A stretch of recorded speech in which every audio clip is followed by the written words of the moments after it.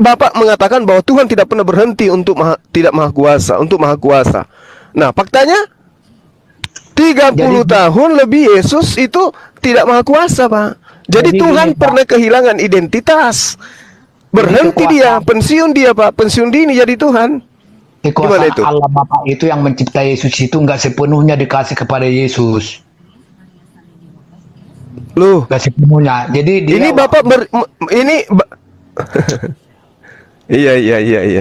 Jadi Yesus itu manusia yang kerasukan Tuhan, atau Tuhan yang atau Tuhan yang masuk merasuki manusia, atau gimana ini? Atau Tuhan yang merubah diri layaknya manusia menjelma menjadi babi ngepet, atau gimana, Pak? Menurut Bapak?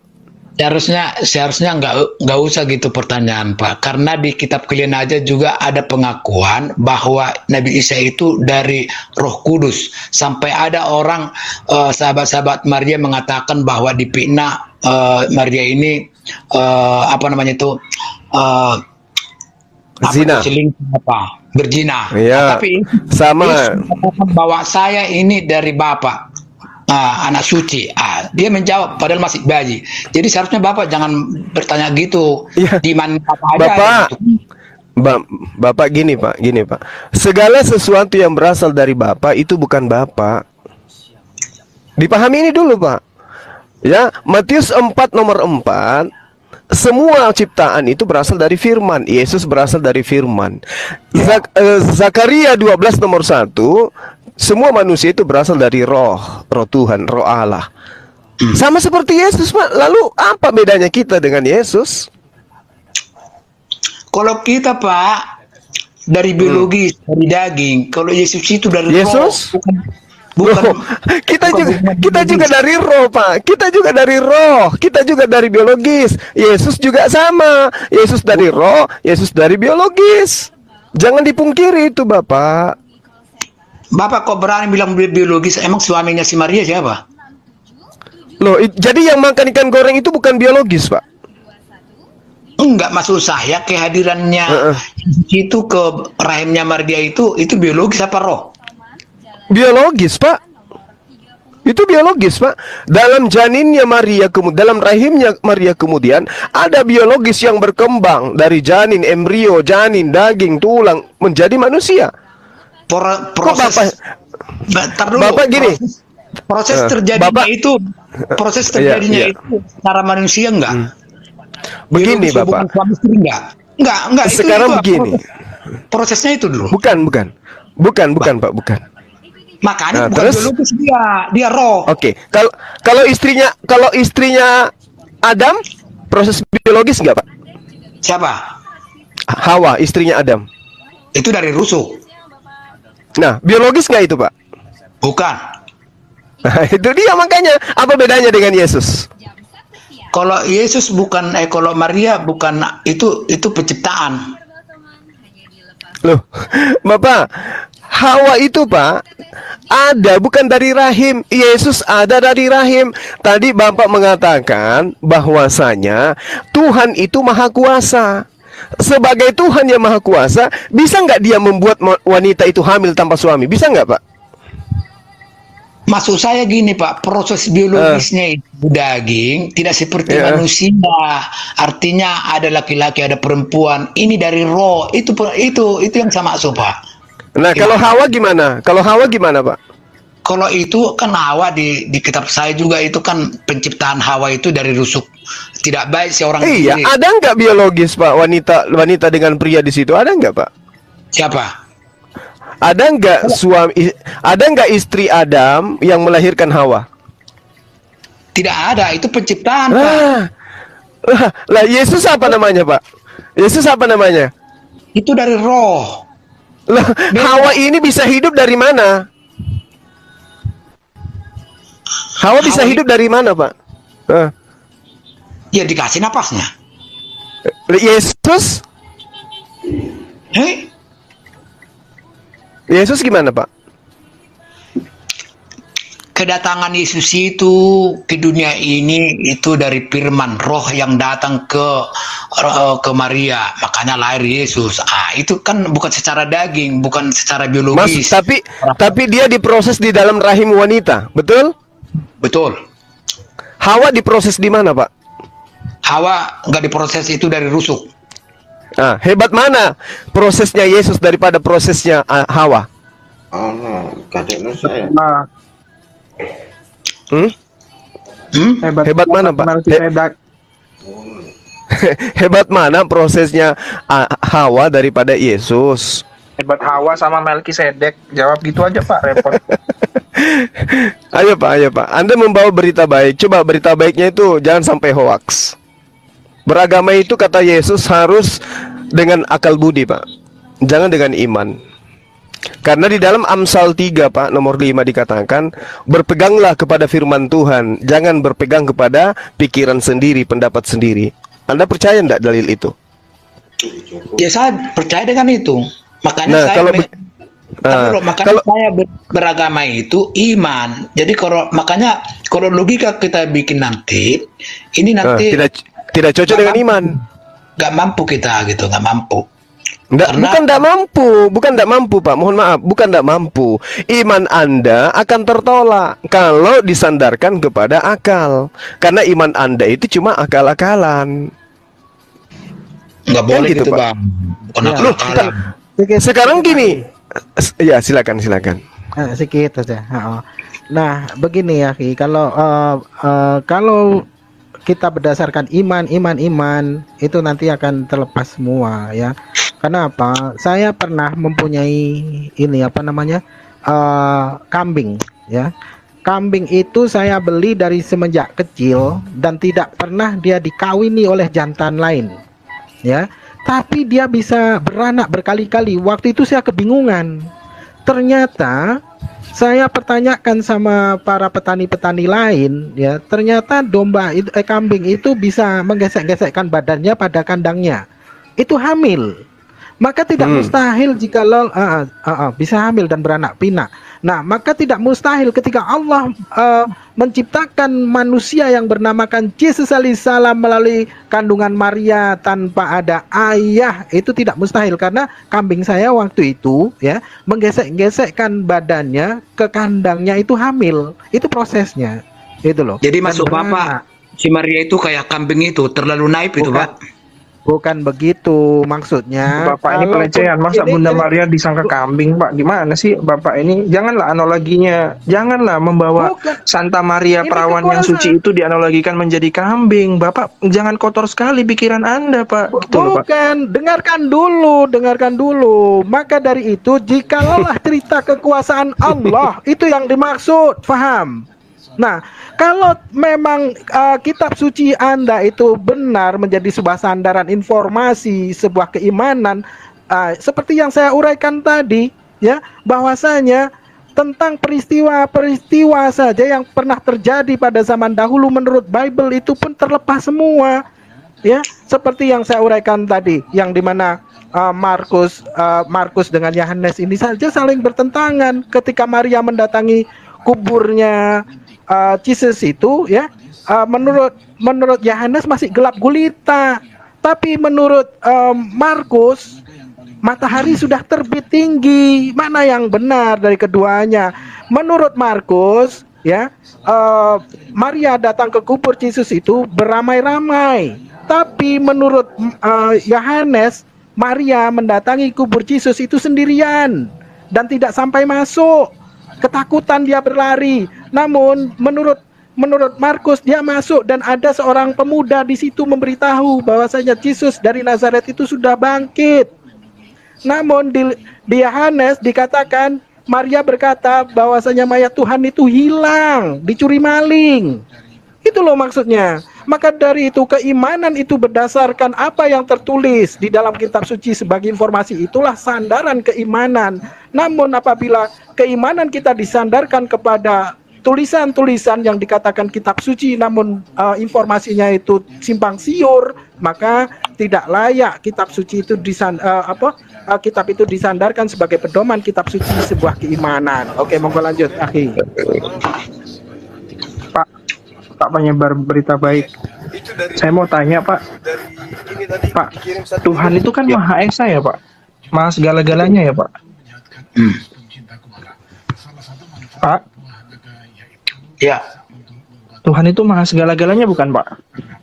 ya betul. saya tahu Termasuk Maha terludah ya Pak. oh Maha terludah maksudnya gimana nih?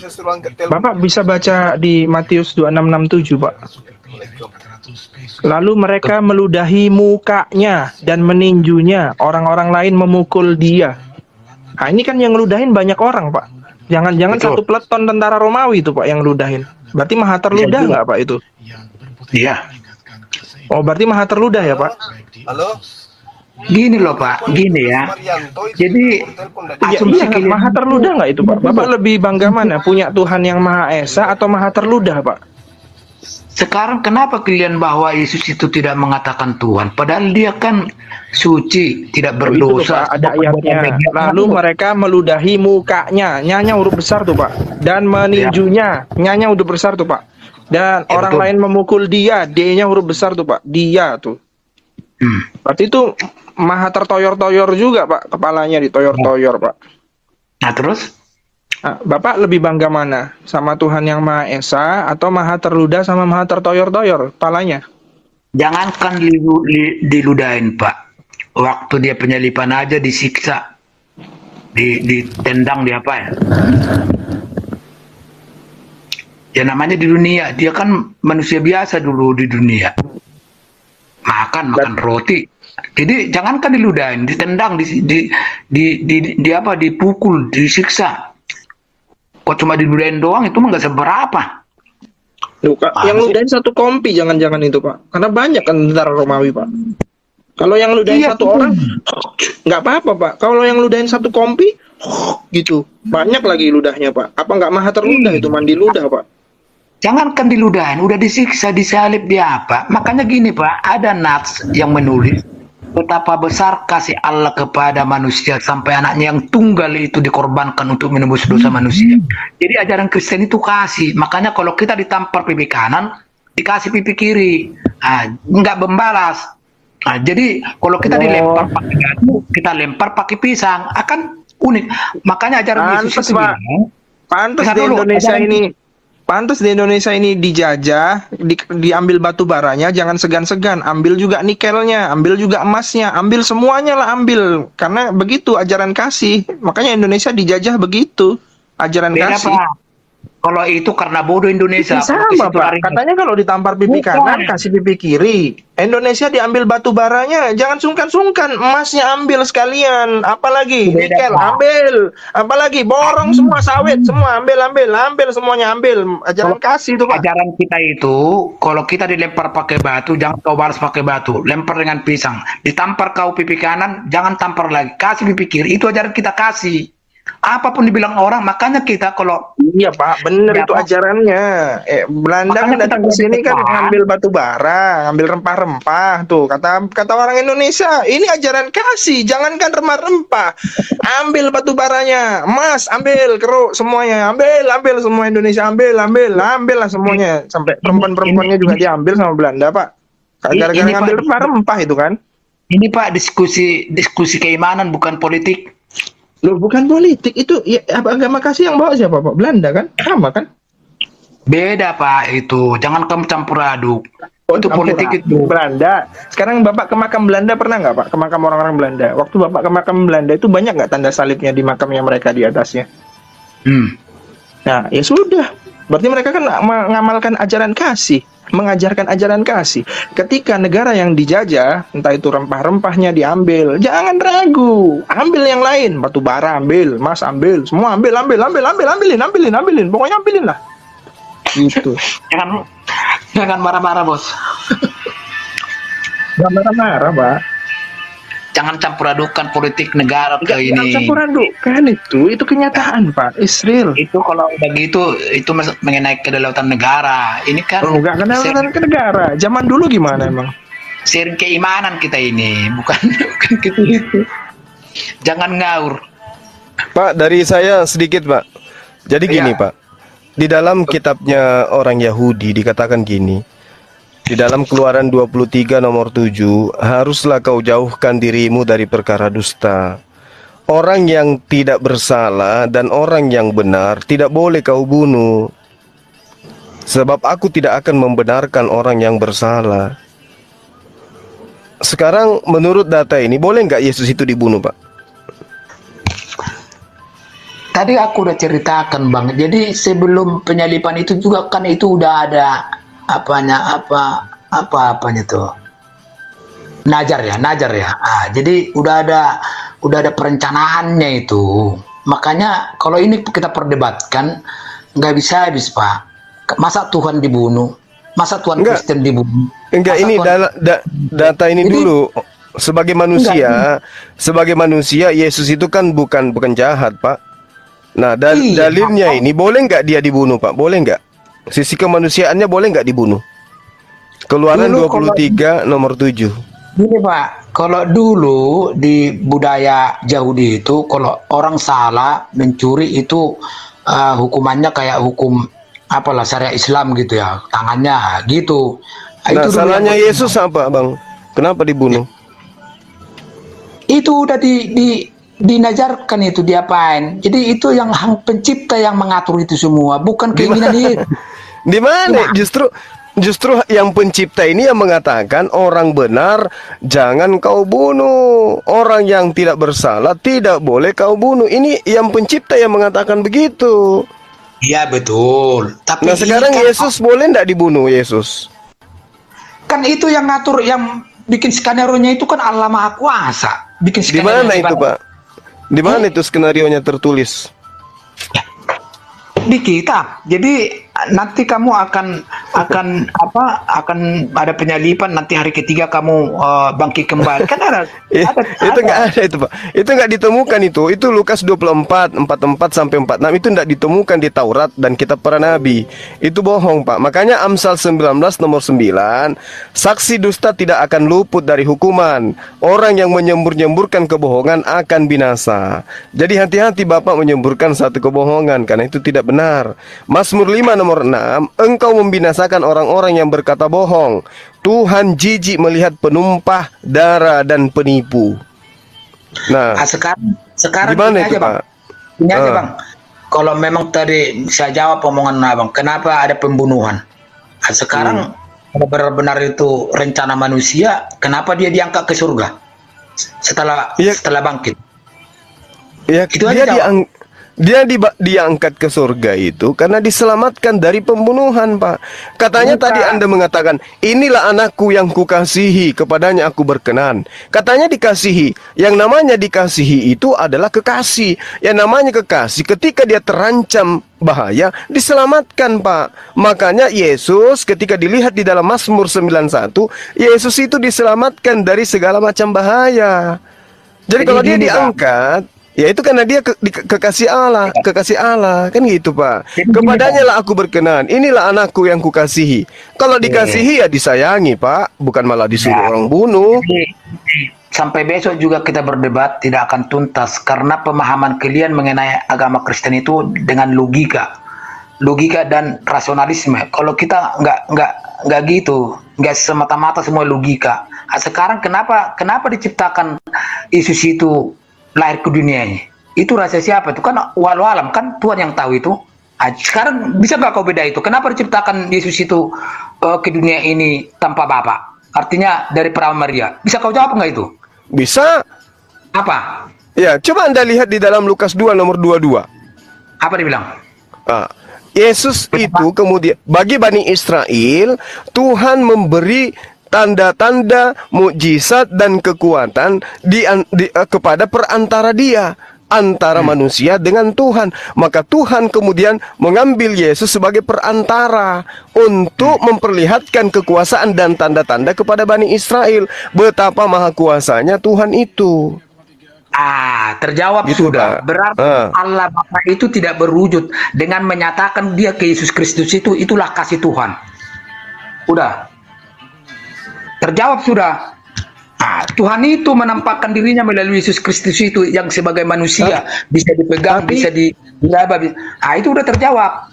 Karena Tuhan Allah itu tapi pernyataan Anda Tapi pernyataan Anda kawan berbeda dengan pernyataan yang ada di dalam Kisah Para Rasul dan di kitab Anda bahasanya para Pak, saksi mata itu tengok gini, Pak. bahwasanya Oke, duduk Pak. di sebelah kanan dan sebelah kiri itu gimana tuh?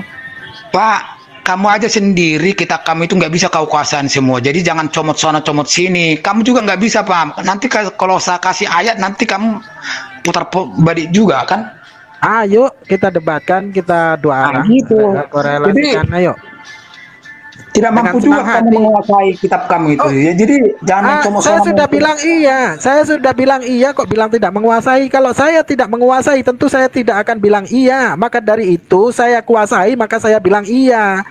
Harus dua arah, tapi syaratnya ketika ada informasi itu terdapat di dalam Al-Quran, maka jikalaulah ada kesamaan yang ada di dalam Bible, maka harus diiyakan.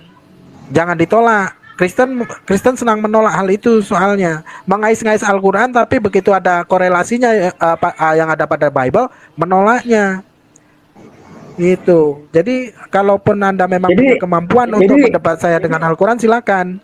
Jadi intinya gini aja, Bang, memang aku udah saya amati, memang tidak akan bisa nyambung karena sementara kita kan ada yang kita jalankan iman itu gitu loh. Jadi kalau kalian kan yang membatasi mengorek ayat itu kan secara logika gitu kan, sama itu makanya yang membatasi antara orang yang berpikir dengan orang yang beriman ketika menjumpai ayat-ayat di dalam isi kitabnya yang serasa ganjil dan tidak masuk di akal, dia ketika orang yang bernalar dia akan menolaknya. Namun ketika orang yang hanya berkata imani saja dan jangan banyak bertanya, menjumpai ayat-ayat yang tidak masuk di akal, sebenarnya tidak masuk di akal kita jumpai di dalam isi kitabnya, maka dia akan tetap mengaminkannya. Nah di situ gimana kita mau selamat jikalau kita menerima dari segala sesuatu tanpa mesti membaca, tanpa mesti menggunakan akal. Nah itu berbedanya ketika Islam itu diperintahkan untuk berakal, namun sebaliknya di dalam Kristen diwajibkan untuk membuang akal. Karena kalau menggunakan akal maka akan gugur semua keimanan yang ada di dalam Bible itu sendiri. Ayat-ayat Bible itu akan gugur dengan akal sehat. Oke, monggo.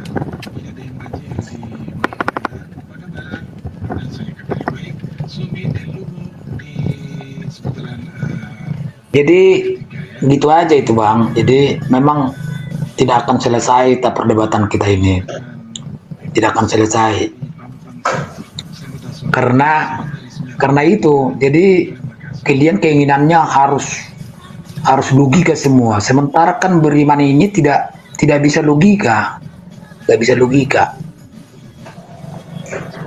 Percaya kita tanpa melihat, itu namanya iman. Jadi kalian kan harus ilmiah semua, nggak bisa ilmiah. Makanya kadang kalau ilmiah tidak akan nyambung.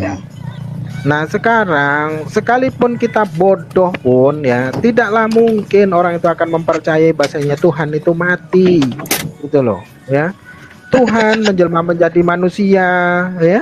Tuhan menjelma menjadi manusia lalu dihajar oleh ciptaannya, dibunuh oleh ciptaannya. Itu konsep dari mana? Itu iya, ajaran dari mana? Memang Anda pasti nggak percaya. Kalau percaya Anda berarti Anda bukan Muslim lagi, udah Kristen. Nah, itu aja jawabannya. Memang tertulis di dalam kitab Anda sekalipun ya, bahwasanya di 2 Tawarik ini jelas, 6:18 ini jelas bahwasanya tidaklah mungkin Allah itu akan tinggal di bumi bersama-sama dengan manusia, sedangkan langit yang mengatasi langit pun tidak akan mampu mengatasinya ataupun menampungnya, apalagi rumah yang Salomo dirikan ataupun rumah ataupun rahim Maria sekalipun. Itu loh. Jadi disinilah kalau dikata iman, tapi ya kalau hanya iman buta tanpa membaca ya tidak akan itu sampai itu. Iman itu didasari dengan bacaan, di mana kita membaca. Tapi gini, Bang, apakah benar informasi yang dapat kita dapat itu dapat dibuktikan atau tidaknya, itu kan saya bisa balik tanya enggak? Silakan. Saya mau nanya mengenai apa keabsahan kitab kalian ini bagaimana? Soalnya kan yang menulis itu kan sahabat-sahabat.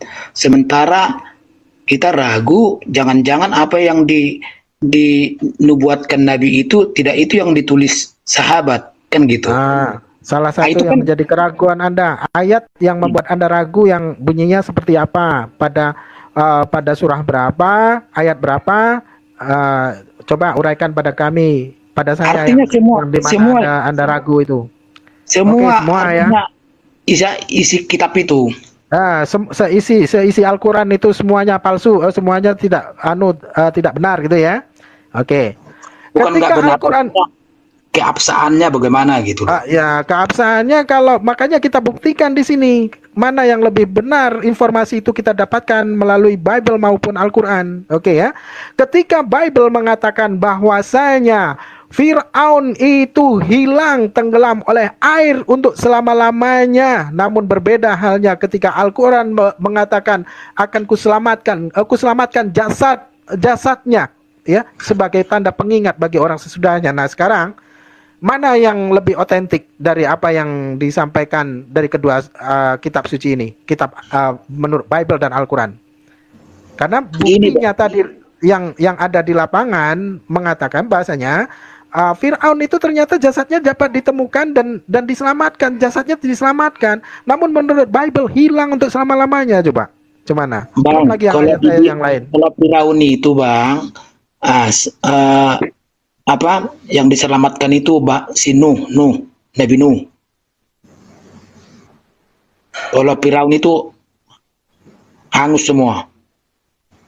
Nah, hangus semua menurut kekristenan dan menurut Bible kan. Namun fakta di lapangan ya di dunia nyata ternyata memang Fir'aun itu terselamatkan jasadnya. Jadi Al-Quran sesuai dengan apa yang diberitakan ya. Namun berbeda di mana ketika Bible itu memberitakan Fir'aun itu hilang untuk selama-lamanya. Lalu mana yang benar informasinya dari sini? Dan belum lagi yang lain-lain. Ketika matahari menurut Bible ini matahari dan bulan itu sempat terhenti satu hari ya di lembah apa tuh, di lembah Sion atau di lembah mana tuh. Jadi tidak bergerak ya, sempat ada hari yang hilang. Tapi menurut Al-Quran tidak pernah ada sejarahnya hari itu pernah hilang. Nah, namun ketika Bible itu memberikan informasi bahwasanya pernah ada hari yang hilang oleh karena matahari itu pernah tidak berjalan selama satu hari. Ketika para ilmuwan meneliti di sini tidak pernahlah itu terjadi. Itu contoh saja ketika gimana kebenarannya sementara kalian artinya kedatangannya 16 tahun setelah Masehi. Bagaimana kebenarannya itu kok bisa kalian lebih benar?